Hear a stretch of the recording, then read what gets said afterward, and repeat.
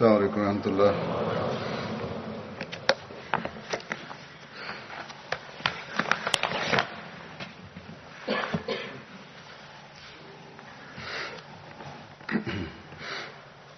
أشهد أن لا إله إلا الله وحده لا شريك له وأشهد أن محمدا عبده ورسوله أما بعد فأعوذ بالله من الشيطان الرجيم بسم الله الرحمن الرحيم الحمد لله رب العالمين الرحمن الرحيم مالك يوم الدين إياك نعبد وإياك نستعين اهدنا الصراط المستقيم صراط الذين أنعمت عليهم غير المغضوب عليهم ولا الضالين. കഴിഞ്ഞ ജുബയിൽ വഖഫെ ജദീദിന്റെ നവവത്സര വിളംബരത്തോടുകൂടി ഞാൻ രാജ്യങ്ങളിലെ ജമാഅത്തുകളുടെ സ്ഥാനം പറഞ്ഞിരുന്നു. അതിൽ പറഞ്ഞിരുന്നു, അതായത് UK ജമാഅത്തുകളിൽ വഖഫ് ജദീദ് ചന്തയുടെ വസൂലിയുടെ അടിസ്ഥാനത്തിൽ ഇസ്ലാമാബാദിലെ ജമാഅത്ത് ആദ്യ സ്ഥാനത്താണ്. എന്നാൽ പിന്നീട് ആ പരിശീലനത്തിലായിരുന്നു എന്ന കാര്യം ശ്രദ്ധയിൽപ്പെട്ടു. ആദ്യ സ്ഥാനത്ത് ഓൾഡർ ഷേർട്ട് ജമാഅത്താണ്, രണ്ടാം സ്ഥാനത്ത് ഇസ്ലാമാബാദ് ജമാഅത്താണ്. എന്തുകൊണ്ട് എങ്ങനെയായി എന്നതിന്റെ വിവരണത്തിൽ ഞാൻ പോകാൻ ആഗ്രഹിക്കുന്നില്ല. എന്നാൽ ഏതായിരുന്നാലും ഇത് തിരുത്തേണ്ടതായിരുന്നു. അതുകൊണ്ട് ഞാൻ ഏറ്റവും ഇതെടുത്തതാണ്. ഓൾഡർ ഷേർട്ട് ജമാഅത്ത് മാഷാ അല്ലാ വലിയ ത്യാഗമാണ് ചെയ്യുന്നത്. പ്രത്യേകിച്ച് ലജ്ന സദർ എനിക്ക് എഴുതിയിരുന്നു, ചില സ്ത്രീകൾ ഏത് രീതിയിലാണ് അസാധാരണ ത്യാഗം ചെയ്തത്. അവരുടെ ത്യാഗമനോഭാവം അനുകരണീയമാണ്. അല്ലാഹു തആല അവരുടെ സമ്പത്തും പ്രാണനിലും അനുഗ്രഹങ്ങൾ നൽകട്ടെ. കഴിഞ്ഞ ഖുതുബയിൽ സാധാരണയായി പാവപ്പെട്ടവരുടെയും ദരിദ്ര രാജ്യങ്ങളിൽ വസിക്കുന്നവരുടെയും ത്യാഗങ്ങളുടെ സംഭവങ്ങൾ വിവരിച്ചിരുന്നു. എന്തുകൊണ്ടെന്നാൽ സമ്പന്നരിലും ത്യാഗത്തിന്റെ ആത്മാവിനെ മനസ്സിലാക്കുന്നതിനും പ്രേരണ ഉണ്ടാകുന്നതിനുമാണ്. അല്ലെങ്കിൽ അള്ളാഹുവിന്റെ അനുഗ്രഹത്താൽ ഈ വികസിത രാജ്യങ്ങളിൽ ധാരാളം പേർ പ്രാപഞ്ചിക ആവശ്യങ്ങളെ പിന്തള്ളിക്കൊണ്ട് ത്യാഗം ചെയ്യുന്നവരുണ്ട്. ഏതായിരുന്നാലും ഞാൻ പറഞ്ഞതുപോലെ ബ്രിട്ടനിലെ ജമാഅത്തുകളിൽ വഖഫ് ജദീദ് ഓൾഡർ ഷേർട്ട് ഏറ്റവും മുന്നിലാണ്.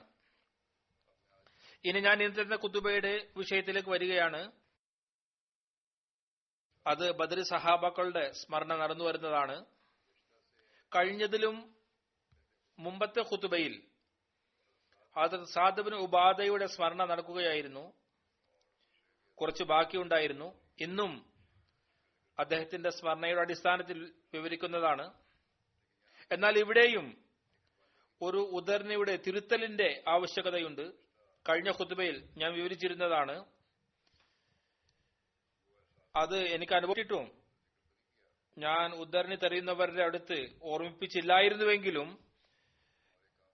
എന്നാൽ റിസർച്ച് സെല്ലിൽ നമ്മുടെ ജോലി ചെയ്യുന്നവർക്ക് സ്വയം അനുഭവപ്പെട്ടു. അങ്ങനെ അവർ ശരിയാക്കി അയച്ചു. ഇതുകൊണ്ട് ഏതായിരുന്നാലും ഒരു തെറ്റിദ്ധാരണ എനിക്കുമുണ്ടായിരുന്നു. അതും ദൂരീകരിക്കപ്പെട്ടു. മാഷാ അല്ലാ, തങ്ങളുടെ ഭാഗത്ത് നിന്ന് വളരെയധികം പരിശ്രമിച്ചുകൊണ്ട് ഈ ഉദ്ധരണികൾ തെരഞ്ഞെടുക്കുന്നു. എന്നാൽ ചില സമയങ്ങളിൽ പെട്ടെന്ന് ജോലി ചെയ്യുന്നത് കാരണം പെട്ടെന്നുള്ള കാരണത്താൽ രണ്ട് സഹാബാക്കളുടെ താരതമ്യമായുള്ള സംഭവങ്ങളിലൂടെ കടന്നുപോകുന്നു. അവ ഒന്നാകി പോകുന്നു. ഇതുപോലെ ചിലപ്പോൾ അറബി വാക്യങ്ങളുടെ തർജ്ജമയിലും ശരിയായ വാക്ക് തെരഞ്ഞെടുക്കാത്തതുകൊണ്ട് യാഥാർത്ഥ്യം വെളിപ്പെടുന്നില്ല. ഏതായിരുന്നാലും ഇതിന്റെ അടിസ്ഥാനത്തിൽ അവർ സ്വയം ശരിയാക്കി അയച്ചിട്ടുള്ളതാണ്. അത് ഞാൻ ആദ്യം വിവരിക്കുന്നതാണ്. പിന്നെ ബാക്കി സ്മരണ ഉണ്ടാകും. 27 ഡിസംബറിന്റെ ഖുത്ബയിൽ സാദ് ബിൻ ഉബാദയുടെ വിവരണത്തിൽ പറഞ്ഞിരുന്നത്, നബി കരീം സല്ലല്ലാഹു അലൈഹി വസല്ലം ഹസ്രത്ത് സാദിന്റെയും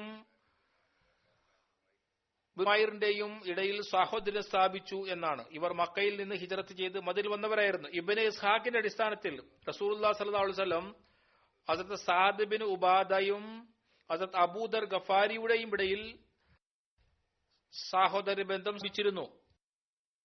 എന്നാൽ ചില കാര്യങ്ങളിൽ വിഭേദമുണ്ട്. ഇതിനെ നിഷേധിക്കുകയും ഉണ്ടായിട്ടുണ്ട്. എന്തുകൊണ്ടെന്നാൽ അതിന്റെ അടിസ്ഥാനത്തിൽ നബി കരീം സല്ലല്ലാഹു അലൈഹി വസല്ലം സാഹോദര്യ ബന്ധങ്ങൾ ഗസ്വേ ബദറിന് മുമ്പായി സഹാബായുടെ ഇടയിൽ സ്ഥാപിക്കുകയുണ്ടായി. ഹസ്രത്ത് അബൂദർ ഗഫാരി ആ സമയത്ത് മദീനയിൽ ഉണ്ടായിരുന്നില്ല. അവർ വന്നിട്ടുണ്ടായിരുന്നില്ല. ബദർ, ഉഹദ്, ഖദർ യുദ്ധങ്ങളിൽ എടുത്തിട്ടുണ്ടായിരുന്നില്ല. ഈ യുദ്ധങ്ങൾക്ക് ശേഷമാണ് നബി കരീം സല്ലല്ലാഹു അലൈഹി വസല്ലമയുടെ സമക്ഷത്തിൽ ഹാജരായത്. ഇത് ഞാൻ പറഞ്ഞിരുന്നു. ഇത് അവരുടെ തെളിവാണ്.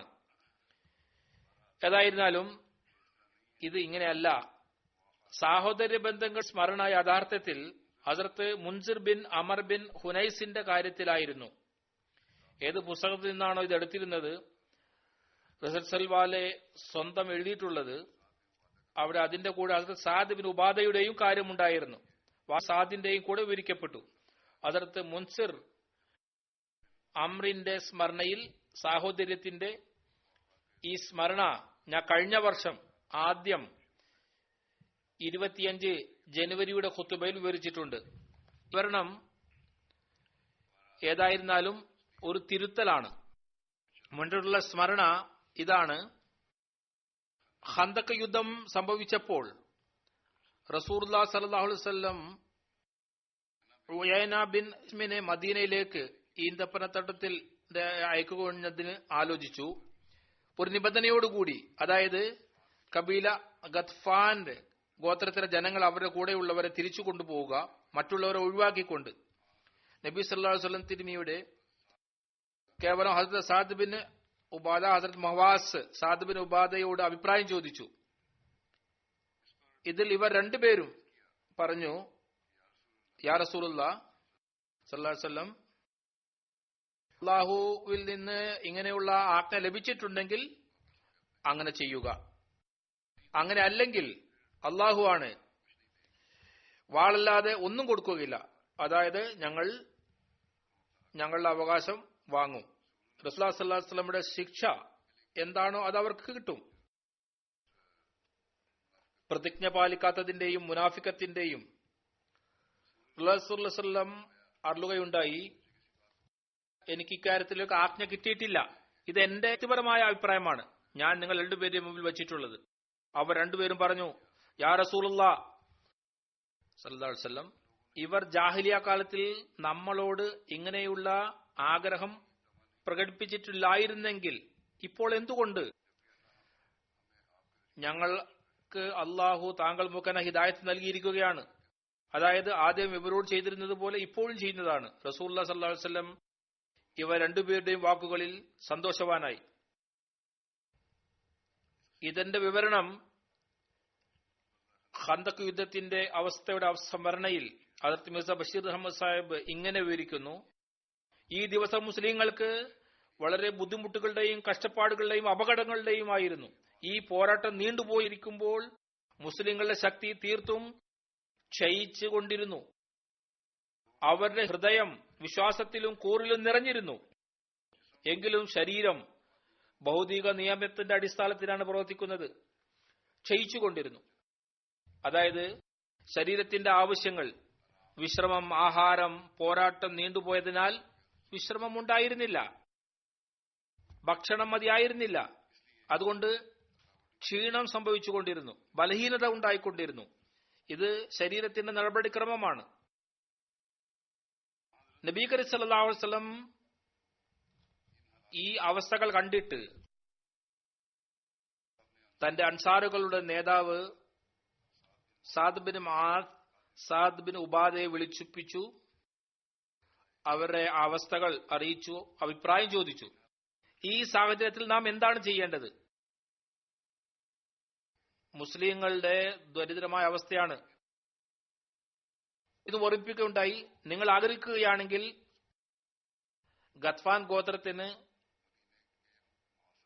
മദീനയിൽ നിന്നും കുറച്ച് ഭാഗം കൊടുത്തുകൊണ്ട് ഈ യുദ്ധം മാറ്റിവെക്കാം. സാദ് ബിൻ ഉബാദ ഏകസ്വരത്തിൽ പറഞ്ഞു, യാ റസൂലുള്ളാഹ്, ഈ കാര്യത്തിൽ ഏതെങ്കിലും ദൈവിക വഴിപാടാണെങ്കിൽ ഞങ്ങൾ തലകുനിക്കുന്നു. അങ്ങനെയെങ്കിൽ താങ്കൾ സന്തോഷത്തോടെ ഈ നിർണയമനുസരിച്ച് പ്രവർത്തിക്കുക. അവിടുന്ന് അരുളി, ഇല്ല, എനിക്ക് ഇക്കാര്യത്തിൽ വഹിയൊന്നുമില്ല. ഞാൻ കേവലം നിങ്ങളുടെ ബുദ്ധിമുട്ട് കാരണത്താൽ അഭിപ്രായത്തിന്റെ രീതിയിൽ ചോദിക്കുകയാണ്. ഇവർ രണ്ടുപേരും മറുപടി പറഞ്ഞു, ഞങ്ങളുടെ അഭിപ്രായം ഇതാണ്. ഞങ്ങൾ ശിർക്ക് ചെയ്യപ്പോൾ ഒരു ശത്രുവിനും ഒന്നും കൊടുത്തിട്ടില്ല. ഇപ്പോൾ മുസ്ലിമായപ്പോൾ എന്തിനു കൊടുക്കണം? അതായത് ആ നിയമത്തിനനുസരിച്ച് ഇപ്പോഴും പ്രവർത്തിക്കുന്നതാണ്. ഞങ്ങൾ അവർക്ക് വാളിന്റെ മൂർച്ചയല്ലാതെ ഒന്നും നൽകുകയില്ല. എന്തുകൊണ്ടെന്നാൽ നബി കരീം സല്ലല്ലാഹു അലൈഹി വസല്ലമയ്ക്ക് അൻസാരികളെ കുറിച്ച് ചിന്തയുണ്ടായിരുന്നു. ഇവിടെ ജീവിക്കുന്നവർക്കും അൻസാറുകളുമായി നീണ്ട പോരാട്ടം കാരണമായി പരിഭ്രമത്തിലായിരുന്നു. അൻസാറുകൾ കാരണമായി ചിന്തയുണ്ടായിരുന്നു.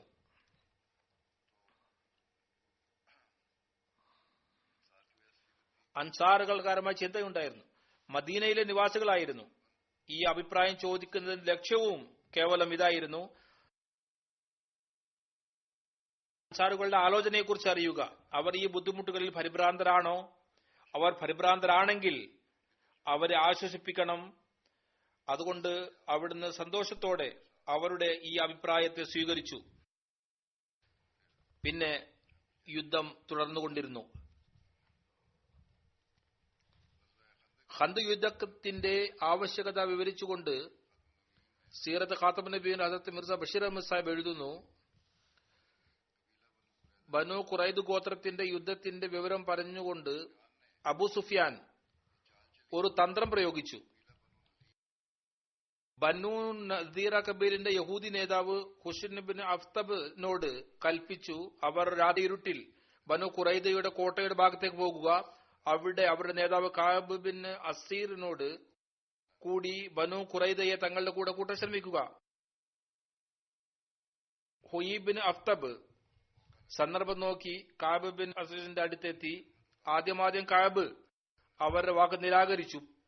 പറയുകയുണ്ടായി, മുഹമ്മദ് സല്ലല്ലാഹു അലൈഹി വസല്ലമയോട് ഞങ്ങളുടെ പ്രതിജ്ഞയും ഉടമ്പടിയുമുണ്ട്. പിന്നെ മുഹമ്മദ് നബി സല്ലല്ലാഹു അലൈഹി വസല്ലം എപ്പോഴും തന്റെ പ്രതിജ്ഞയും ഉടമ്പടികളും ആത്മാർത്ഥമായി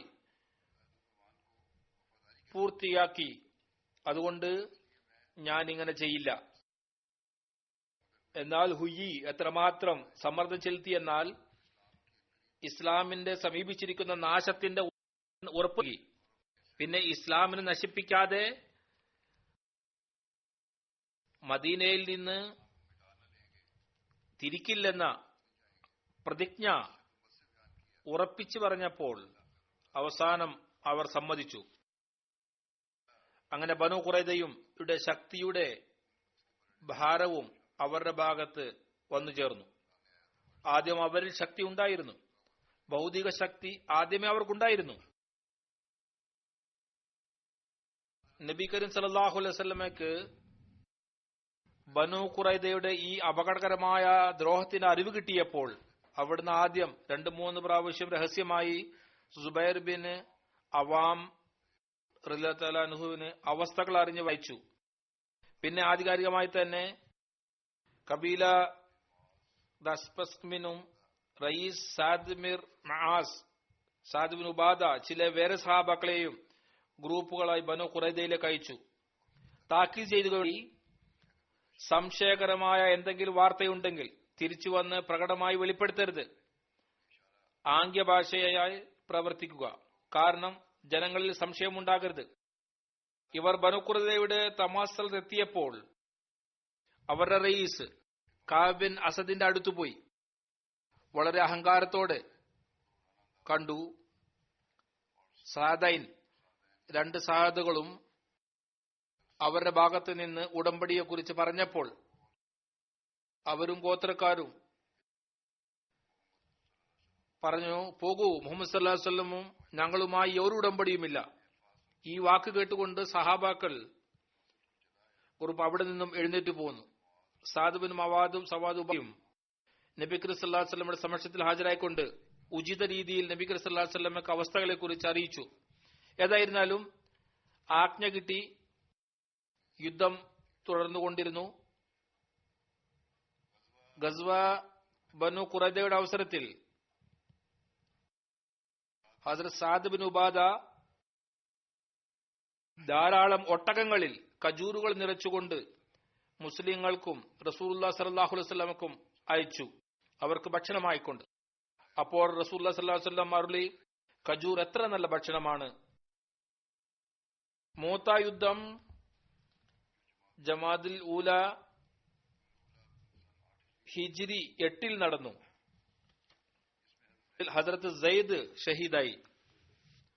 നബി കരീം സല്ലല്ലാഹു അലൈഹി വസല്ലം അവരുടെ കുടുംബത്തിൽ അനുശോചനത്തിനായി പോയി. അവരുടെ മകൾ വ്യസനത്താലും ദുഃഖത്താലും കരഞ്ഞുകൊണ്ട് റസൂലുള്ളാഹി സ്വല്ലല്ലാഹു അലൈഹി വസല്ലമയുടെ വന്നു. ഇതിൽ അവിടുന്ന് വളരെയധികം കരയാൻ തുടങ്ങി. ഇതിൽ ഹസ്രത്ത് സഅദ് ബിൻ ഉബാദ ചോദിച്ചു, യാ റസൂലുള്ളാഹ്, ഇതെന്താണ്? അവിടുന്ന് അരുളി, ഹാദാ ഷൗഖുൻ ഹബീബി ഹബീബി, ഇത് ഒരു പ്രിയതമന്റെ പ്രേമിയോടുള്ള പ്രേമമാണ്. സഹീഹ് ബുഖാരിയുടെ ഒരു റിവായത്തുണ്ട്,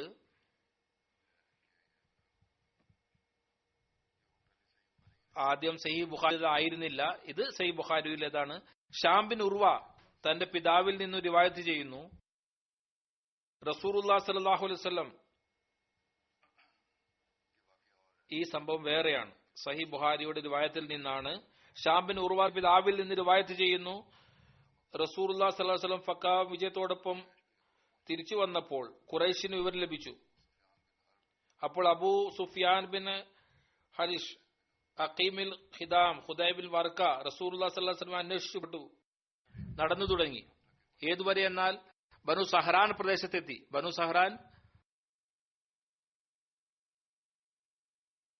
സഹ്റാൻ മക്കയുടെ ഭാഗത്തുള്ള ഒരു പ്രദേശമാണ്. ഇവിടെ ധാരാളം ഉറവകളും ഖജൂറിടങ്ങളുമുണ്ട്.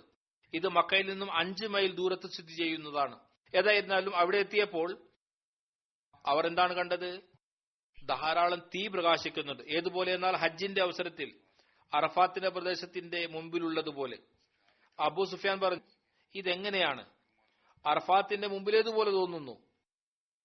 ബുദൈൽ ബിൻ വർക്ക പറഞ്ഞു, ബനു ഉമറിന്റെ മുമ്പിലാണ് തോന്നുന്നു, ഖുദാ ഗോത്രത്തിന്റെ. അബൂ സുഫിയാൻ പറഞ്ഞു, കബീലയുടെ എണ്ണം എത്രത്തോളം കുറവാണ്. എത്രയായാലും ഇവർ റസൂലുള്ളാഹി സ്വല്ലല്ലാഹു അലൈഹി വസല്ലമയുടെ കാവൽക്കാരിൽ ചിലർ കണ്ടു, പിടിച്ച് തടങ്കലിലാക്കി. പിന്നെ റസൂലുള്ളാഹി സ്വല്ലല്ലാഹു അലൈഹി വസല്ലം മുമ്പിൽ കൊണ്ടുവന്നു. അബൂ സുഫിയാൻ ഇസ്ലാം സ്വീകരിച്ചു. നബി കരീം സല്ലല്ലാഹു അലൈഹി വസല്ലം പുറപ്പെട്ടപ്പോൾ അവിടുന്ന് ഹദ്റത്ത് അബ്ബാസിനോട് അരുളി, അതായത് മക്കയിലേക്ക് പോയി അബൂ സുഫിയാനെ പർവ്വതത്തിന്റെ വശത്ത് തടഞ്ഞു നിർത്തുക, അവർ മുസ്ലിങ്ങളെ നോക്കട്ടെ. അങ്ങനെ ഹദ്റത്ത് അബ്ബാസ് അദ്ദേഹത്തിനെ തടഞ്ഞു നിർത്തി. വിവിധ ഗോത്രങ്ങൾ നബി കരീം സല്ലല്ലാഹു അലൈഹി വസല്ലമയുടെ ഒപ്പം കടന്നുപോകാൻ തുടങ്ങി. സൈന്യങ്ങളുടെ ഓരോരോ ദളവും അബൂ സുഫിയാന്റെ മുന്നിലൂടെ കടന്നുപോയിക്കൊണ്ടിരുന്നു. ഒരു ഗ്രൂപ്പ് കടന്നുപോയപ്പോൾ അബൂ സുഫിയാൻ പറഞ്ഞു, അബ്ബാസ്, ഇവരാരാണ്? അവർ പറഞ്ഞു, ഇത് കബീല ഗഫാറിന്റെ ആളുകളാണ്. അബൂ സുഫിയാൻ പറഞ്ഞു, എനിക്ക് ഗഫാറിനോട് എന്താണ് കാര്യം? പിന്നെ ജഹേനക്കാൾ കടന്നുപോയി. അബൂ സുഫിയാൻ അങ്ങനെ തന്നെ പറഞ്ഞു. പിന്നെ സാദ് ബിൻ ഹുദൈർ കടന്നുപോയി. പിന്നെയും അങ്ങനെ തന്നെ പറഞ്ഞു. പിന്നെ സുലൈംകാർ കടന്നുപോയി. പിന്നെയും അവർ അങ്ങനെ തന്നെ പറഞ്ഞു. ഏതുവരെ എന്നാൽ അവസാനം അയാൾ ഒരിക്കലും കാണാത്ത തരത്തിലുള്ള സൈന്യം വന്നു. അബൂ സുഫിയാൻ ചോദിച്ചു, ഇതാരാണ്? ഹസ്രത്ത് അബ്ബാസ് പറഞ്ഞു, അൻസാറാണ്. ഇവരുടെ സർദാർ സാദ് ബിൻ ഉബാദയാണ്. അദ്ദേഹത്തിന്റെ കയ്യിൽ പതാകയുണ്ട്. സാദ് ബിൻ ഉബാദ വിളിച്ചു പറഞ്ഞു, അബൂ സുഫിയാൻ, ഇന്നത്തെ ദിവസം ഗുംസാന്റെ പോരാട്ടത്തിന്റെ ദിവസമാണ്. ഇന്ന് കാബയിൽ പോരാട്ടം അനുവദനീയമാണ്. അബൂ സുഫിയാൻ ഇത് പറഞ്ഞു, അബ്ബാസ്, ഏറ്റുമുട്ടലിനുള്ള അവസരം ലഭിക്കുകയാണെങ്കിൽ നന്നായി. ഞാൻ ആ വശത്തായിരുന്നെങ്കിൽ നശിക്കുമായിരുന്നു. ഈ വശത്തായതുകൊണ്ട് ഇസ്ലാം സ്വീകരിച്ചിരിക്കുന്നു. മറ്റൊരു ദളം വന്നു. ഇതെല്ലാ സൈന്യത്തെക്കാളും ചെറുതായിരുന്നു. അതിൽ റസൂലുള്ളാഹി സ്വല്ലല്ലാഹു അലൈഹി വസല്ലമയും ഉണ്ടായിരുന്നു. അവരുടെ കൂടെ മുഹാജിരികളും ഉണ്ടായിരുന്നു. നബി സല്ലല്ലാഹു അലൈഹി വസല്ലമയുടെ പതാക ഹദ്റത്ത് സുബൈർ ബിൻ അവാമിന്റെ കയ്യിലാണ്. റസൂലുള്ളാഹി സ്വല്ലല്ലാഹു അലൈഹി വസല്ലം സുഫിയാന്റെ അടുത്തുകൂടി പോയപ്പോൾ അബൂ സുഫിയാൻ പറഞ്ഞു, താങ്കൾക്കറിയില്ലേ സാദ് ബിൻ ഉബാദ എന്താണ് പറഞ്ഞത്? അവിടുന്ന് ചോദിച്ചു, എന്താണ് പറഞ്ഞത്? അയാൾ പറഞ്ഞു, ഇങ്ങനെ പറഞ്ഞു. ഏത് വാക്കാണ് അത് ഉപയോഗിച്ചത്? അവിടുന്ന് അറിയുകയുണ്ടായി, സാദ് ചെയ്തത് ശരിയല്ല. ഇന്ന് അള്ളാഹു കാബയുടെ മഹത്വം നിലനിർത്തുന്ന ദിവസമാണ്. കാബയിൽ പുതപ്പ് ഇടുന്നതായിരിക്കും. ഒരു യുദ്ധവും ഉണ്ടാകില്ല. ഈ സംഭവത്തെ ഹദ്റത്ത് മുസ്ലിം മൗദ് റളിയല്ലാഹു കുറച്ച് വിശദീകരിച്ച് പറഞ്ഞിട്ടുണ്ട്. അത് ഇങ്ങനെയാണ്. സൈന്യം മക്കയുടെ ഭാഗത്തേക്ക് മുന്നിട്ടപ്പോൾ റസൂൽ കരീം സല്ലല്ലാഹു അലൈഹി വസല്ലം ഹദ്റത്ത് അബ്ബാസിനോട് ആജ്ഞാപിച്ചു, ഏതെങ്കിലും വഴിയുടെ മൂലയിൽ അബൂ സുഫിയാനെയും കൂട്ടരെ കൂട്ടി നിൽക്കുക. അങ്ങനെ അവർ ഇസ്ലാമി സൈന്യവും അവരുടെ ആവേശവും കാണട്ടെ. ഹദ്റത്ത് അബ്ബാസ് അങ്ങനെ തന്നെ ചെയ്തു. അബൂ സുഫിയാന്റെയും കൂട്ടരുടെയും മുൻപിലൂടെ ഒന്നിനു പിറകെ ഒന്നായി അറബ് ഗോത്രങ്ങൾ കടന്നുപോകാൻ തുടങ്ങി. ആ സഹായത്തിൽ മക്ക വിശ്വാസം അർപ്പിച്ചിരിക്കുകയായിരുന്നു. അതായത് മക്കാർ കരുതിയിരുന്നത് ഇവർ സഹായിക്കും. അവരെല്ലാവരും നബി കരീം സല്ലല്ലാഹു അലൈഹി വസല്ലമയുടെ കൂടെയായിരുന്നു. എന്നാൽ ഇന്ന് അവർ കുഫറിന്റെ പതാക പറപ്പിക്കുകയല്ലായിരുന്നു. ഗോത്രങ്ങൾ ഇന്ന് അവർ ഇസ്ലാമിന്റെ പതാക പറപ്പിക്കുകയായിരുന്നു. അവരുടെ നാവുകളിൽ ശക്തിമത്തായ ഏകദൈവത്തിന്റെ വിളംബരമായിരുന്നു. അവർ മക്കാർ പ്രതീക്ഷിച്ചിരുന്നത് പോലെ മുഹമ്മദ് നബി സല്ലല്ലാഹു അലൈഹി വസല്ലം ജീവൻ എടുക്കുന്നതിന് വേണ്ടി ആയിരുന്നില്ല മുന്നേറിയിരുന്നത്. അവർ മുഹമ്മദ് റസൂലുള്ളാഹി സ്വല്ലല്ലാഹു അലൈഹി വസല്ലമക്ക് വേണ്ടി തങ്ങളുടെ രക്തത്തിന്റെ അവസാനത്തുള്ളി വരെ ഒഴുക്കാൻ തയ്യാറായിരുന്നു. അവരുടെ അതിയായ ആഗ്രഹം ഏകദൈവ തൗഹീദ്, അവന്റെ തബ്ലീഗ് ലോകത്ത് വ്യാപിപ്പിക്കുക എന്നതായിരുന്നു. സൈന്യത്തിന് ശേഷം സൈന്യം കടന്നുപോകുകയായിരുന്നു. ഇത്രയായപ്പോഴേക്കും അഷിയ കബീലയുടെ സൈന്യം കടന്നുപോയി. ഇസ്ലാമിന്റെ സ്നേഹവും അതിയായ ത്യാഗത്തിന്റെയും ആവേശം അവരുടെ വദനങ്ങളിൽ പ്രകടമായിരുന്നു. അവരുടെ മുദ്രാവാക്യങ്ങളിൽ മുഴങ്ങിക്കേട്ടിരുന്നു. അബൂ സുഫിയാൻ പറഞ്ഞു, അബ്ബാസ് ഇതാണ്. അബ്ബാസ് പറഞ്ഞു, ഇത് അഷിയ കബീലയാണ്. അബൂ സുഫിയാൻ ആശ്ചര്യത്തോടെ അബ്ബാസിന്റെ മുഖത്തേക്ക് നോക്കി പറഞ്ഞു, മുഴുവൻ അറേബ്യയിലും മുഹമ്മദ് നബി സല്ലല്ലാഹു അലൈഹി വസല്ലം ഇവരെക്കാൾ വലിയ ഒരു ശത്രുവും ഉണ്ടായിരുന്നില്ല. അബ്ബാസ് പറഞ്ഞു, ഇത് ദൈവാനുഗ്രഹമാണ്. അവൻ ആഗ്രഹിക്കുമ്പോൾ ഇവരുടെ ഹൃദയങ്ങളിൽ ഇസ്ലാമിന്റെ സ്നേഹം പ്രവേശിച്ചു. ഏറ്റവും അവസാനം റസൂൽ കരീം സല്ലല്ലാഹു അലൈഹി വസല്ലം മുഹാജിരിന്റെയും അൻസാറിന്റെയും സൈന്യവുമായി കടന്നുപോയി. ഇവർ 2000 എണ്ണമുണ്ടായിരുന്നു. തല മുതൽ പാദം വരെ പടച്ചട്ടയിലായിരുന്നു. ഉമർ അവരുടെ അണികൾ ക്രമീകരിച്ചുകൊണ്ടിരുന്നു. പറഞ്ഞുകൊണ്ടിരിക്കുന്നു, പാദങ്ങൾ സൂക്ഷിച്ചു നടക്കുക, അണികളുടെ ദൂരം ശരിയായിരിക്കട്ടെ. ഈ പഴയ ത്യാഗവരുടെ ആവേശം, ഇവരുടെ ധൈര്യം, ഉന്മേഷം, ഇവരുടെ ധൈര്യം അവരുടെ മുഖങ്ങളിൽ നിന്ന് ഇറ്റിറ്റ് വീഴുന്നുണ്ടായിരുന്നു. അബൂ സുഫിയാൻ അവരെ നോക്കി. അവന്റെ ഹൃദയം ഇളകി. അബ്ബാസ്, ഇവരാരാണ്? അദ്ദേഹം പറഞ്ഞു, റസൂലുള്ളാഹി സ്വല്ലല്ലാഹു അലൈഹി വസല്ലം അൻസാർ മുഹാജിരിങ്ങളുടെ സൈന്യത്തിൽ പോവുകയാണ്. അബൂ സുഫിയാൻ മറുപടി പറഞ്ഞു, ഈ സൈന്യത്തെ നേരിടുന്നതിന് ലോകത്ത് ആർക്കാണ് ശക്തിയുള്ളത്? പിന്നെ ഹസ്രത്ത് അബ്ബാസിനോട് പറഞ്ഞു, നിങ്ങളുടെ സഹോദരപുത്രൻ ഇന്ന് ലോകത്തെ ഏറ്റവും വലിയ ചക്രവർത്തിയായി. അബ്ബാസ് പറഞ്ഞു, ഇനിയും നിന്റെ ഹൃദയത്തിന്റെ കണ്ണുകൾ തുറന്നിട്ടില്ലേ? ഇത് ചക്രവർത്തിത്വമല്ല, ഇത് പ്രവാചകത്വമാണ്. അബൂ സുഫിയാൻ പറഞ്ഞു, ശരി, നബുവത്ത് തന്നെ. ഈ സൈന്യം അബൂ സുഫിയാന്റെ മുന്നിലൂടെ കടന്നു പോവുകയായിരുന്നപ്പോൾ അൻസാറിന്റെ commander Saad bin Ubada Abu സുഫിയാനെ കണ്ടു പറഞ്ഞു, ഇന്ന് അല്ലാഹു തആല ഞങ്ങൾക്കായി മക്കയിൽ പ്രവേശിക്കുന്നത് വാളിനത്തിൽ അനുവദനീയമാക്കിയിരിക്കുന്നു. ഇന്ന് ഖുറൈശി സമുദായം നീചരാക്കപ്പെടും. റസൂലുള്ളാഹി സ്വല്ലല്ലാഹു അലൈഹി വസല്ലം അബൂ സുഫിയാന്റെ അടുത്തുകൂടി കടന്നുപോയപ്പോൾ അദ്ദേഹം ഉച്ചത്തിൽ പറഞ്ഞു, യാ റസൂലുള്ളാഹ്, അവിടുന്ന് തന്റെ സമുദായത്തെ വധിക്കുവാനുള്ള അനുവാദം നൽകിയോ? ഇപ്പോൾ അൻസാറിന്റെ സർദാറും കൂട്ടരും അങ്ങനെ പറയുന്നുണ്ടായിരുന്നു.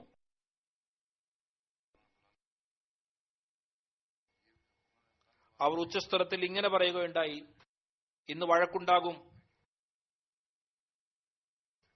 മക്കയുടെ ആദരവ് ഇന്ന് ഞങ്ങളുടെ പോരാട്ടത്തിന് തടസ്സമാകില്ല. ഖുറൈശിനെ ഞങ്ങൾ നിന്ദരാക്കി വിടുന്നതായിരിക്കും. യാ റസൂലുള്ളാഹ്, താങ്കൾ ലോകത്തെ ഏറ്റവും നല്ല ശക്തി, ഏറ്റവും കരുത്തുള്ളവൻ, ഏറ്റവും നല്ല സ്വഭാവ ഗുണങ്ങളുള്ള ഒരു വ്യക്തിയാണ്. ഇന്ന് സമുദായത്തിന്റെ അതിക്രമങ്ങളെ മറന്നു കളയില്ലേ? അബൂ സുഫിയാന്റെ ഈ പരാതിയും അപേക്ഷയും കേട്ടപ്പോൾ മുഹാജിരീങ്ങളും ആരെയാണോ മക്കയുടെ ഇടവഴികളിൽ മർദ്ദിക്കുകയും വലിച്ചിഴക്കുകയും ചെയ്തിരുന്നത്, ആരെയാണോ ഭവനങ്ങളിൽ നിന്നും വസ്തുവകകളിൽ നിന്നും നിഷ്കാസനമാക്കിയിരുന്നത്, ശാന്തരായി അവരുടെ ഹൃദയങ്ങളിലും മക്കക്കാരുടെ മേൽ കരുണയുണ്ടായി. അവർ പറയുകയുണ്ടായി, യാ റസൂലല്ലാഹ്, അൻസാർ മക്കക്കാരുടെ അക്രമങ്ങളുടെ സംഭവങ്ങൾ കേട്ടിട്ടുള്ളത്, അത് കാരണമായി ഇന്ന് അവർ ഖുറൈശികളോട് എന്താണ് ചെയ്യുന്നതെന്ന് ഞങ്ങൾക്കറിയില്ല. റസൂലുള്ളാഹി സ്വല്ലല്ലാഹു അലൈഹി വസല്ലം പറയുകയുണ്ടായി, അബൂ സുഫിയാൻ, സാദ് പറഞ്ഞത് തെറ്റാണ്.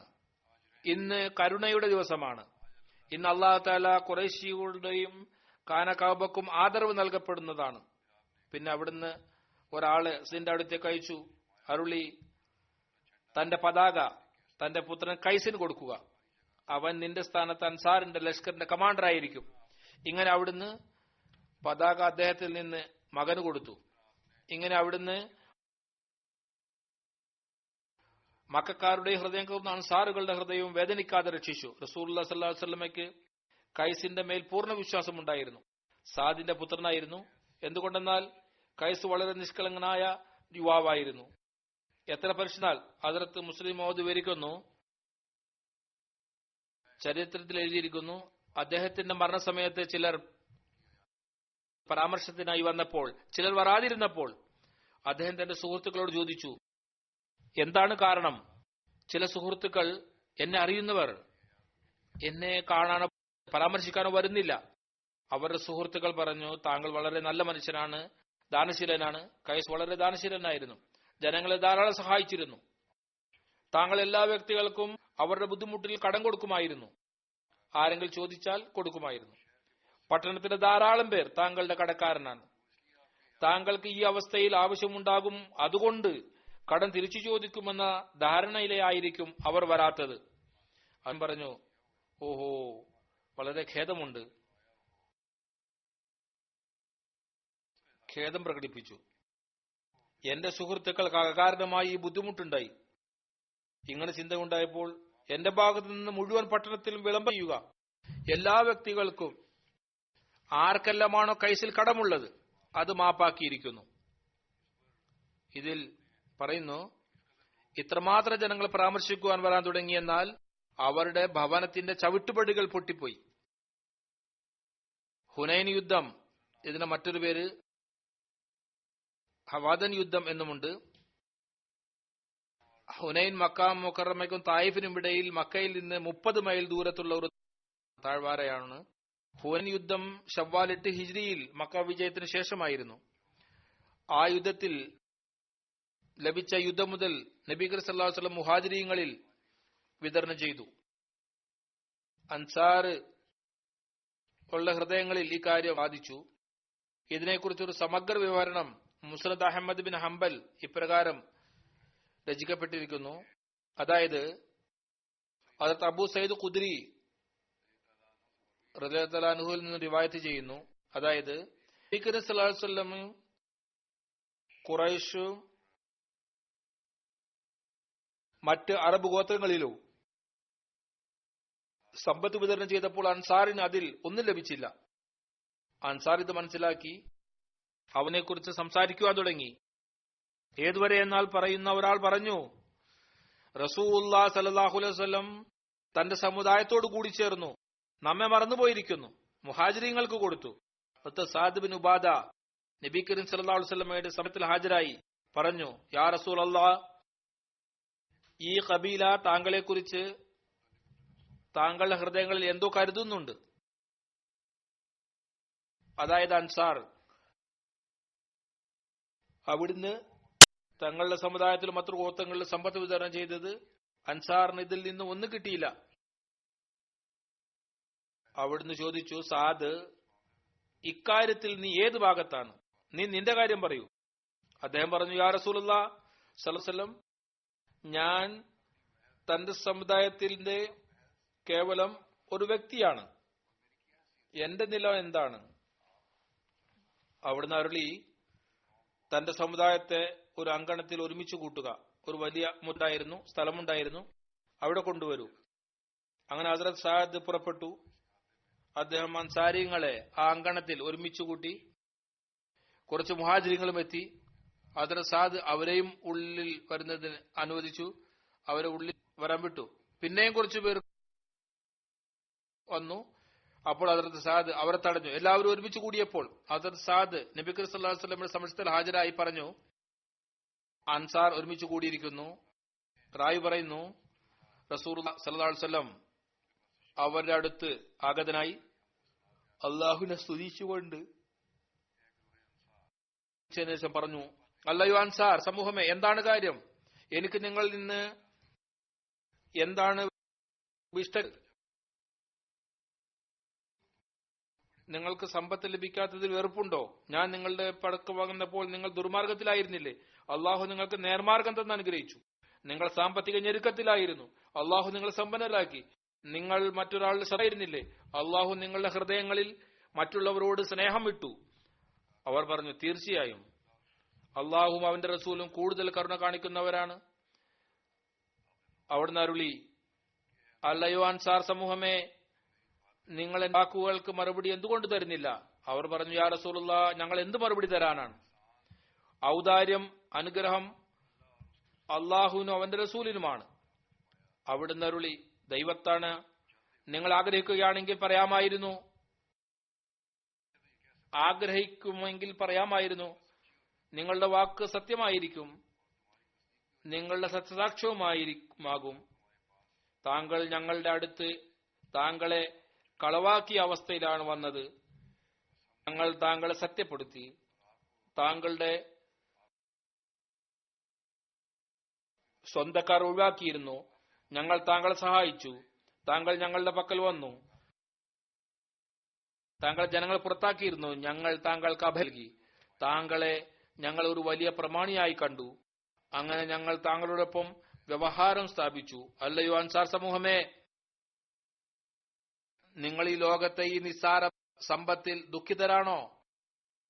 പറഞ്ഞതിന് ശേഷം ഇങ്ങനെയെല്ലാം മറുപടി പറയാമായിരുന്നു. പിന്നീട് അരുളി, അൻസാർ സമൂഹമേ, നിങ്ങൾ ലോകത്തിലെ ഈ നിസ്സാര സമ്പത്തിൽ ദുഃഖിതരാണോ? ഞാൻ നിങ്ങൾക്ക് തന്നില്ല, അവർക്ക് കൊടുത്തതുകൊണ്ട്. ഞാൻ ആ സമൂഹത്തിന്റെ ഹൃദയങ്ങളെ യോജിപ്പിച്ചു കൊടുത്തതാണ്.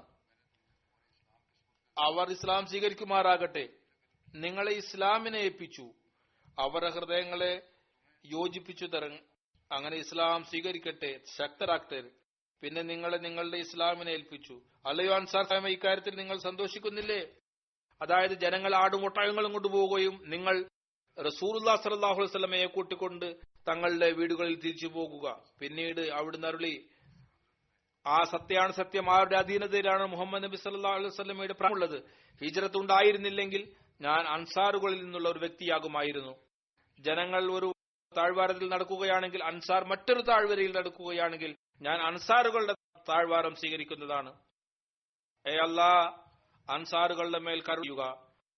അൻസാറുകളുടെ പുത്രന്മാരിൽ, അൻസാറുകളുടെ പൗത്രന്മാരിൽ റായി പറയുന്നു, ഇതിൽ ഏവരും കരയാൻ തുടങ്ങി. അവരുണ്ടായിരുന്നവരെല്ലാവരും ഏതുവരെ എന്നാൽ അവരുടെ താടികൾ കണ്ണീരുകൊണ്ട് നനഞ്ഞുപോയി. പറയാൻ തുടങ്ങി, ഞങ്ങൾ റസൂലുള്ളാഹി സ്വല്ലല്ലാഹു അലൈഹി വസല്ലമയിൽ വിതരണത്തിലും ഭാഗത്തിലും തൃപ്തരാണ്. അതായത് എന്താണോ അവിടുന്ന് ഭാഗം ചെയ്തത് അതിൽ തൃപ്തരാണ്. അവിടുന്ന് ഞങ്ങൾക്ക് മതിയായവനാണ്. പിന്നീട് റസൂലുള്ളാഹി സ്വല്ലല്ലാഹു അലൈഹി വസല്ലം തിരിച്ചുപോയി. ജനങ്ങളും പിരിഞ്ഞുപോയി. ഹജ്ജത്തുൽ വിദാക്കായി മദീനയിൽ നിന്ന് യാത്ര ചെയ്ത് നബി കരീം സല്ലല്ലാഹു അലൈഹി വസല്ലം ഹജ്ജ് പ്രദേശത്തെത്തിയപ്പോൾ അവിടെ താങ്കളുടെ സവാരി നഷ്ടപ്പെട്ടു. നബി കരീം സല്ലല്ലാഹു അലൈഹി വസല്ലമയുടെയും ഹദ്റത്ത് അബൂബക്കർ സിദ്ദീഖ് റളിയല്ലാഹു അൻഹുവിന്റെയും സവാരി ഒന്നായിരുന്നു. ഹദ്രത്ത് അബൂബക്കറിന്റെ ദാസന്റെ പക്കലായിരുന്നു. രാത്രി സമയത്ത് നഷ്ടപ്പെട്ടു. ഹദ്രത്ത് സഫ്വാൻ ബിൻ മുഅത്തൽ കാഫിലയിൽ ഏറ്റവും പിന്നിലായിരുന്നു. അദ്ദേഹം തന്റെ ഒപ്പം നഷ്ടപ്പെട്ട ആ ഒട്ടകത്തെ പെണ്ണൊട്ടകത്തെ കൊണ്ടുവന്നു. എല്ലാ സാധനങ്ങളും അതിന്മേലിരുന്നു. അതിനെ കൊണ്ടുവന്നു. സാധനങ്ങളും ഉണ്ടായിരുന്നു. ഹദ്രത്ത് സാദ് ബിൻ ഉബാദ ഈ കാര്യം കേട്ടപ്പോൾ തന്റെ മകൻ കൈസിന്റെ കൂടെ വന്നു. അവർ രണ്ടുപേരോടൊപ്പം ഒരു ഒട്ടകമുണ്ടായിരുന്നു. അതിൽ പാഥേയം ഉണ്ടായിരുന്നു. യാത്രക്കുള്ള മുഴുവൻ സാധനങ്ങളും ഉണ്ടായിരുന്നു. റസൂലുള്ളാഹി സ്വല്ലല്ലാഹു അലൈഹി വസല്ലമയുടെ സമക്ഷത്തിൽ ഹാജരായി. അവിടുന്ന് ആ സമയത്ത് തന്റെ വീടിന്റെ വാതിൽക്കൽ നിൽക്കുകയായിരുന്നു. അപ്പോൾ അല്ലാഹു തആല അവിടുന്ന് സാധനങ്ങളുള്ള സവാരി തിരിച്ചു നൽകി. അതായത് ഒഴുക്കും ആ പെണ്ണൊട്ടകം കിട്ടിക്കഴിഞ്ഞിരുന്നു. സാദ് പറയുകയുണ്ടായി, യാ റസൂലല്ലാഹ്, ഞങ്ങൾക്കറിയാൻ കഴിഞ്ഞത് താങ്കളുടെ സാധനങ്ങളുടെ സവാരി നഷ്ടപ്പെട്ടു. ഈ ഞങ്ങളുടെ സവാരി അതിന് പകരമായി സ്വീകരിക്കുക. അത് റസൂലുള്ളാഹി സ്വല്ലല്ലാഹു അലൈഹി വസല്ലം പറയുകയുണ്ടായി, അല്ലാഹു തആല ആ സവാരി തിരിച്ചു നൽകിയിരിക്കുന്നു. അതായത് നഷ്ടപ്പെട്ടിരുന്നത് കിട്ടി. നിങ്ങൾ രണ്ടുപേരും തങ്ങളുടെ സവാരി തിരിച്ചു കൊണ്ടുപോയിക്കൊള്ളുക. അള്ളാഹു നിങ്ങൾ രണ്ടുപേരിലും അനുഗ്രഹം ചൊരിയട്ടെ. ഹദ്റത്ത് ഉസാമ സയ്യിദ് വിവരിക്കുന്നു, നബി കരീം സല്ലല്ലാഹു അലൈഹി വസല്ലംന്റെ മകൾ താങ്കളോട് പറഞ്ഞയക്കുകയുണ്ടായി, എന്റെ കുട്ടി മൂർധന്യാവസ്ഥയിലാണ്, ഞങ്ങളുടെ അടുത്തേക്ക് വരിക. അവിടുന്ന് പറഞ്ഞയച്ചു, അള്ളാഹുവിന്റേതാണ് തരുന്നതും അവന്റേതാണ് അവൻ എടുക്കുന്നതും, എല്ലാ കാര്യത്തിനും അവന്റെ പക്കൽ ഒരു സമയം നിശ്ചയിച്ചിട്ടുണ്ട്. അതുകൊണ്ട് നിങ്ങൾ ക്ഷമിക്കുക, അള്ളാഹുവിന്റെ തൃപ്തി കാക്ഷിക്കുക. അവർ പിന്നെയും അവിടുന്ന് വിളിക്കാൻ ആളയച്ചു. അവിടുന്ന് സത്യം ചെയ്തു, തീർച്ചയായും വരിക. അവിടുന്ന് എഴുന്നേറ്റു. അവിടുന്നോടൊപ്പം ഹദ്റത്ത് സാദ് ബിൻ ഉബാദ, ഹദ്റത്ത് മുആദ് ബിൻ ജബൽ, ഹദ്റത്ത് ഉബയ്യ് ബിൻ കഅബ്, ഹദ്റത്ത് സയ്യിദ് ബിൻ സാബിത്ത്, മറ്റു പലരും ഉണ്ടായിരുന്നു. നബി കരീം സല്ലല്ലാഹു അലൈഹി വസല്ലമയും കൂടി അടുത്ത് അവിടെ എത്തിയപ്പോൾ കുട്ടിയെ കൊണ്ടുവന്നു. കുട്ടി ആ സമയത്ത് അന്ത്യശ്വാസം വലിക്കുകയായിരുന്നു. അങ്ങനെയുള്ള ശബ്ദം വരുന്നുണ്ടായിരുന്നു അന്ത്യശ്വാസം വലിക്കുന്നതിനെ കുറിച്ച്. ഉസാമ പറഞ്ഞു, പഴയ വെള്ളപാത്രങ്ങൾ കൂട്ടിമുട്ടുമ്പോൾ ഉണ്ടാകുന്ന ശബ്ദം പോലെ ശബ്ദം വരുന്നുണ്ടായിരുന്നു. വലിയ ശ്വാസം വലിക്കുകയായിരുന്നു. കുട്ടിയുടെ ഈ അവസ്ഥ കണ്ട് നബി കരീം സല്ലല്ലാഹു അലൈഹി വസല്ലമയും കണ്ണീരൊഴുകാൻ തുടങ്ങി. അത് സാദ് പറഞ്ഞു, യാ റസൂലല്ലാഹ്, ഇതെന്താണ്? അവിടുന്ന് മറുപടി നൽകി, ഇത് കാരുണ്യമാണ്. അള്ളാഹു ദാസരുടെ ഹൃദയത്തിൽ ജനിപ്പിച്ചിട്ടുള്ളതാണ്. അള്ളാഹു തന്റെ ദാസരിൽ മറ്റുള്ളവരുടെ മേൽ കരുണ കാണിക്കുന്നവരിൽ കരുണ കാണിക്കുന്നു. ഇത് വികാരത്തിന്റെ അവസ്ഥയാണ്, വേറെ പ്രശ്നമൊന്നുമില്ല. ഇത് അള്ളാഹുവിന്റെ അനുഗ്രഹമാണ്. ഹസ്രത്ത് അബ്ദുല്ലാ ബിൻ ഉമർ റളിയല്ലാഹു അൻഹു വിവരിക്കുന്നു, ഹസ്രത്ത് സഅദ് ബിൻ ഉബാദക്ക് ഏതോ രോഗം ബാധിച്ചു. അപ്പോൾ റസൂലുള്ളാഹി സ്വല്ലല്ലാഹു അലൈഹി വസല്ലം ഹസ്രത്ത് Abdurrahman bin Auf, Saad bin Abi Waqqas, Abdullah bin Masood ഇവരെല്ലാവരെയും കൂട്ടി രോഗപരാമർശത്തിനായി പോയി. അദ്ദേഹത്തിന് അടുത്തെത്തിയപ്പോൾ അവിടുന്ന് അദ്ദേഹത്തിന്റെ കുടുംബക്കാരുടെ മധ്യ കണ്ടു. അവിടുന്ന് ചോദിച്ചു, ഇദ്ദേഹം മരണമടഞ്ഞോ? ജനങ്ങൾ ഒരുമിച്ച് കൂടിയിരുന്നു. കഠിന രോഗമായിരുന്നു. വീട്ടുകാരും ചുറ്റുമുണ്ടായിരുന്നു. പറഞ്ഞു, ഇല്ല യാ റസൂലുള്ളാഹ്, മരിച്ചിട്ടില്ല. ഏതായാലും നബി സല്ലല്ലാഹു അലൈഹി വസല്ലം അടുത്തു ചെന്നു. അവസ്ഥ നോക്കി. അവിടുന്ന് കരയാൻ തുടങ്ങി. ജനങ്ങൾ നബി സല്ലല്ലാഹു അലൈഹി വസല്ലം കരയുന്നത് കണ്ട് അവരും കരയാൻ തുടങ്ങി.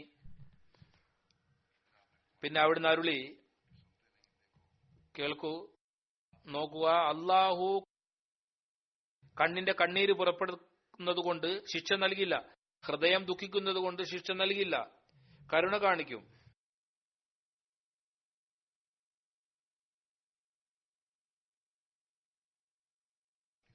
ഇതിന്റെ കാരണമായി ശിക്ഷ നൽകും, കരുണ കാണിക്കും. അവിടുന്ന് തന്റെ നാവിലേക്ക് ആംഗ്യം കാണിച്ചു. പിന്നെ അരുൾ, മയ്യത്തിനും അതിന്റെ കുടുംബക്കാർക്കും അതിൽ അലമുറ ഇടുന്നത് കൊണ്ട് ശിക്ഷ കിട്ടും.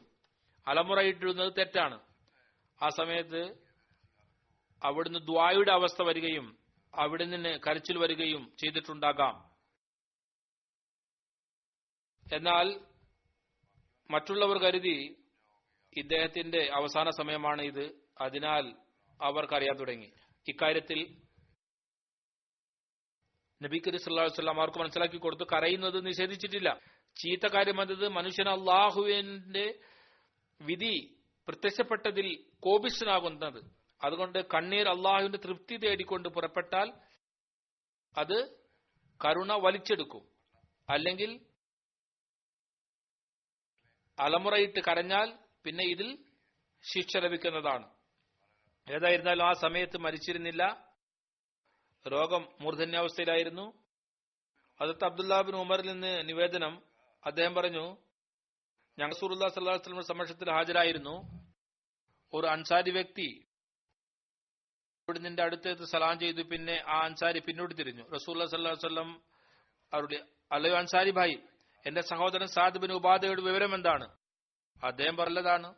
റസൂലുള്ളാഹി സ്വല്ലല്ലാഹു അലൈഹി വസല്ലം അരുളി, നിങ്ങളിൽ നിന്ന് ആര് അദ്ദേഹത്തെ പരാമർശിക്കും? അവിടുന്ന് എഴുന്നേറ്റു.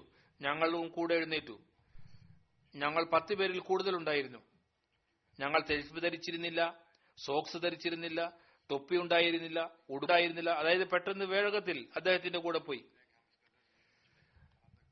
ഞങ്ങൾ അദ്ദേഹത്തിന്റെ അടുത്തെത്തി. സാദ് ബിൻ ഉബാദയുടെ ആൾക്കാർ അദ്ദേഹത്തിന് ചുറ്റുമുണ്ടായിരുന്നു. എല്ലാവരും പിന്മാറി. റസൂലുള്ളാഹി സ്വല്ലല്ലാഹു അലൈഹി വസല്ലമയും കൂടെ ഉണ്ടായിരുന്ന സഹാബായും അദ്ദേഹത്തിന് അടുത്തെത്തി. ഇത് സഹീഹ് മുസ്ലിമിലെ റിവായത്താണ്. മുമ്പത്തെ സംഭവത്തിന്റെ കാര്യമാണ്. അതിർത്ത് ജാബിർ ബിൻ അബ്ദുല്ല ബിൻ ഹറാം വിവരിക്കുന്നു, എന്റെ പിതാവ് എന്നോട് ഹരീറ തയ്യാറാക്കാൻ ആജ്ഞാപിച്ചു. ഞാൻ ഹരീറ തയ്യാറാക്കി. ഹരീറ പ്രസിദ്ധമായ ഒരു ഭക്ഷണമാണ്. ആട്ടയും നെയ്യും വെള്ളം കൊണ്ടുണ്ടാക്കുന്നതാണ്.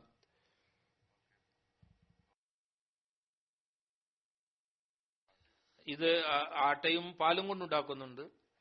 ഏതായിരുന്നാലും പറയുന്നു, ഞാൻ അത് പിതാവിന്റെ ആജ്ഞ അനുസരിച്ച് ഹരീറ റസൂലുള്ളാഹി സ്വല്ലല്ലാഹു അലൈഹി വസല്ലമയുടെ സമക്ഷത്തിൽ കൊണ്ടുവന്നു. നബി അക്രം സല്ലല്ലാഹു അലൈഹി വസല്ലം ആ സമയത്ത് വീട്ടിലായിരുന്നു. അവിടുന്ന് അരുളി, ജാബിർ, ഇത് ഇറച്ചിയാണോ? ഞാൻ പറഞ്ഞു, അല്ല യാ റസൂലല്ലാഹ്, ഇത് ഹരീറയാണ്. ഞാൻ എന്റെ പിതാവിന്റെ ആജ്ഞയിൽ ഉണ്ടാക്കിയതാണ്. പിന്നെ അദ്ദേഹം എന്നോട് ആജ്ഞാപിച്ചതിനാൽ ഞാൻ താങ്കളുടെ സമക്ഷത്തിൽ ഹാജരാക്കിയതാണ്.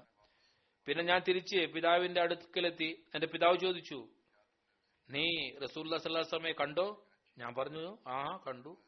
എന്റെ പിതാവ് ചോദിച്ചു, റസൂലുള്ളാഹി സ്വല്ലല്ലാഹു അലൈഹി വസല്ലം നിന്നോട് എന്താണ് പറഞ്ഞത്? ഞാൻ പറഞ്ഞു, റസൂലുള്ളാഹി സ്വല്ലല്ലാഹു അലൈഹി വസല്ലം എന്നോട് ചോദിച്ചു, യാ ജാബിർ, ഇത് ഇറച്ചിയാണോ? എന്റെ പിതാവ് ഇത് കേട്ട് പറഞ്ഞു, ഒരുപക്ഷെ റസൂലുള്ളാഹി സ്വല്ലല്ലാഹു അലൈഹി വസല്ലമക്ക് ഇറച്ചിയുടെ ആഗ്രഹമുണ്ടായിരിക്കാം. പിതാവ് ആടിനെ അറുത്ത് ചുട്ടു എന്നോട് ആജ്ഞാപിച്ചു, ഇത് റസൂലുള്ളാഹി സ്വല്ലല്ലാഹു അലൈഹി വസല്ലമയുടെ സമയത്തിൽ സമർപ്പിച്ചു വരിക.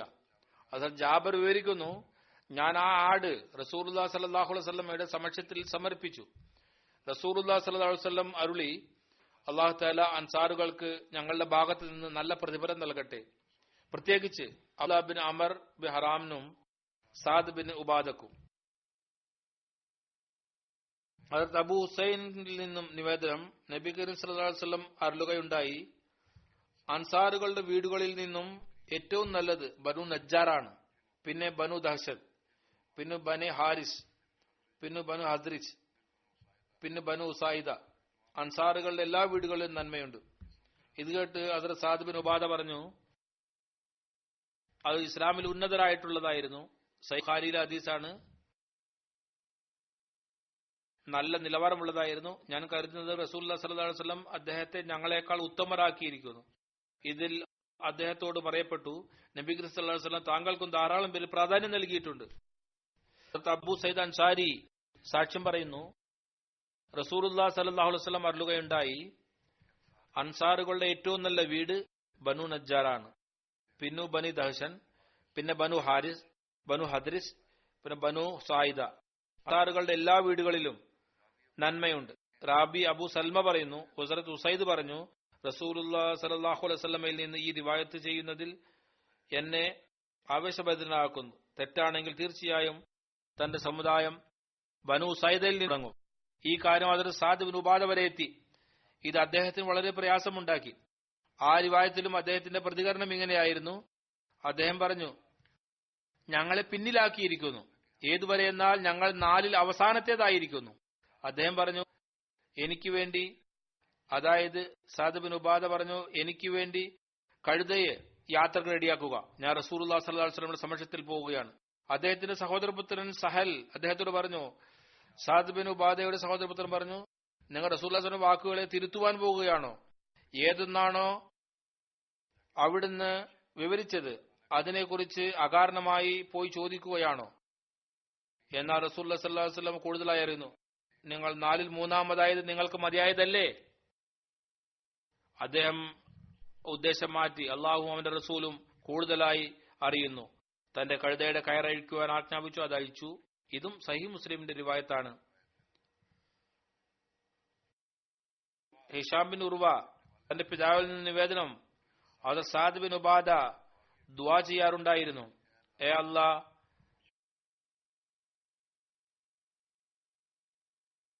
എന്നെ പ്രശംസക്ക് അർഹനാക്കുക, എന്നെ പരിശുദ്ധനും ഭക്തനുമാക്കണമേ.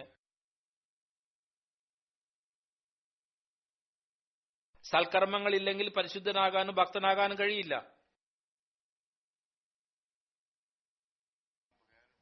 സൽക്കർമ്മം സമ്പത്തില്ലാതെ കഴിയില്ല. ഏ അല്ലാ, എനിക്ക് യോജിച്ചതല്ല, ഞാൻ അതിൽ ശരിയായിരിക്കില്ല. ഏതായിരുന്നാലും ഇത് തന്റെ ഒരു രീതിയായിരുന്നു ദുആ ചെയ്യുന്നതിന്റെ. സഹീഹ് മുസ്ലിമിന്റെ റിവായത്ത്, ഹദ്റത്ത് അബൂ ഹുറൈറയിൽ നിന്ന് നിവേദനം, അദ്ദേഹം പറയുന്നു, അത് സാദ് ബിൻ ഉബാദ പറഞ്ഞു, യാ റസൂലല്ലാഹ്, ഞാൻ എന്റെ ഭാര്യയോടൊപ്പം ഏതെങ്കിലും ഒരു വ്യക്തിയെ കണ്ടാൽ ഞാൻ 4 സാക്ഷികളെ കൊണ്ടുവരുന്നത് വരെ അയാളെ കൈവയ്ക്കുവാൻ പാടില്ലയോ, തെറ്റായ അവസ്ഥയിലും? റസൂലുള്ളാഹി സ്വല്ലല്ലാഹു അലൈഹി വസല്ലം പറഞ്ഞു, ഹാ അരുളി. അദ്ദേഹം പറഞ്ഞു, തീർച്ചയായും പറ്റില്ല. പറഞ്ഞു, ഇല്ല, ആ സത്യാണ് സത്യം. ആരാണോ അങ്ങയെ സത്യത്തോടെ അയച്ചത്, ഞാനാണെങ്കിൽ ആദ്യം തന്നെ പെട്ടെന്ന് വാളുകൊണ്ട് തീരുമാനം കൽപ്പിക്കും, ഒരു സാക്ഷിയെയും തിരയുകയില്ല, കൊല നടത്തും. റസൂലുള്ളാഹി സ്വല്ലല്ലാഹു അലൈഹി വസല്ലം പറഞ്ഞു, കേൾക്കൂ. ജനങ്ങളോട് പറഞ്ഞു, നിങ്ങളുടെ സർദാർ എന്താണ് പറയുന്നത്? അദ്ദേഹം വലിയ ആത്മാഭിമാനിയാണ്. അരുളി, ഞാൻ ഇതിനേക്കാൾ വലിയ ആത്മാഭിമാനിയാണ്. അല്ലാഹു തആല എന്നെക്കാളും വലിയ ആത്മാഭിമാനിയാണ്. ഇത് സംബന്ധമായി മുസ്ലിമിന്റെ ഒരു റിവായത്തുമുണ്ട്.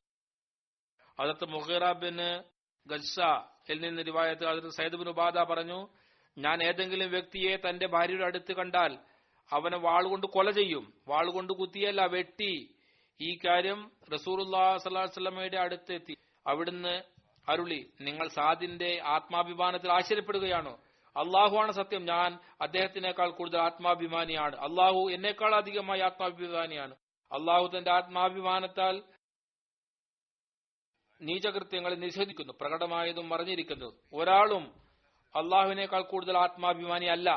അള്ളാഹുവിനേക്കാൾ അധികമായി ഒരു വ്യക്തിയും മാപ്പ് നൽകുന്നില്ല.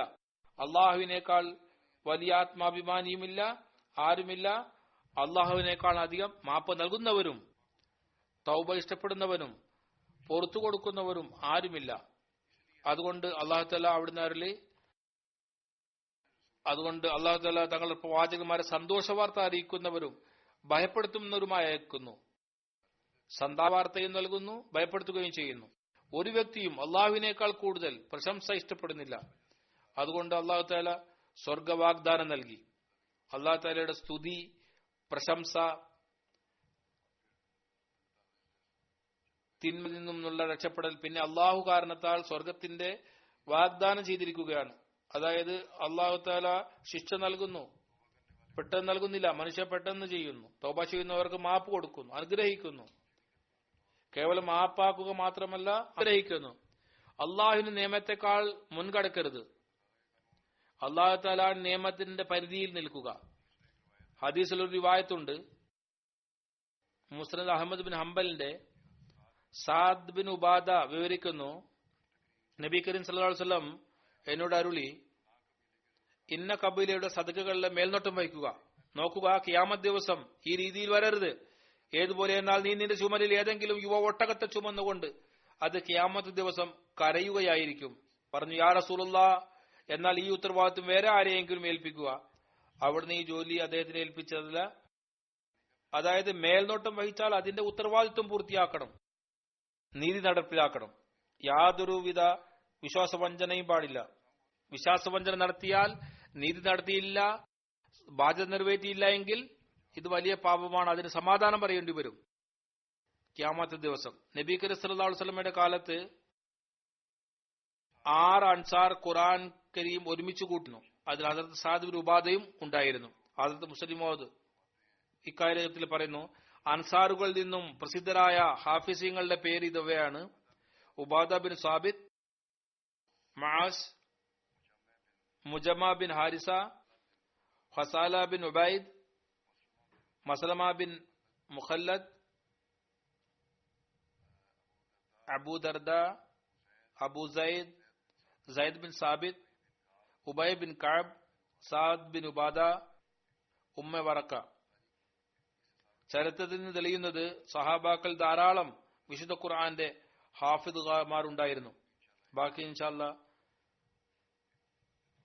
കുറച്ച് ഭാഗം ബാക്കിയുണ്ട്, അത് ഇൻഷാ അല്ലാഹ് പിന്നെ.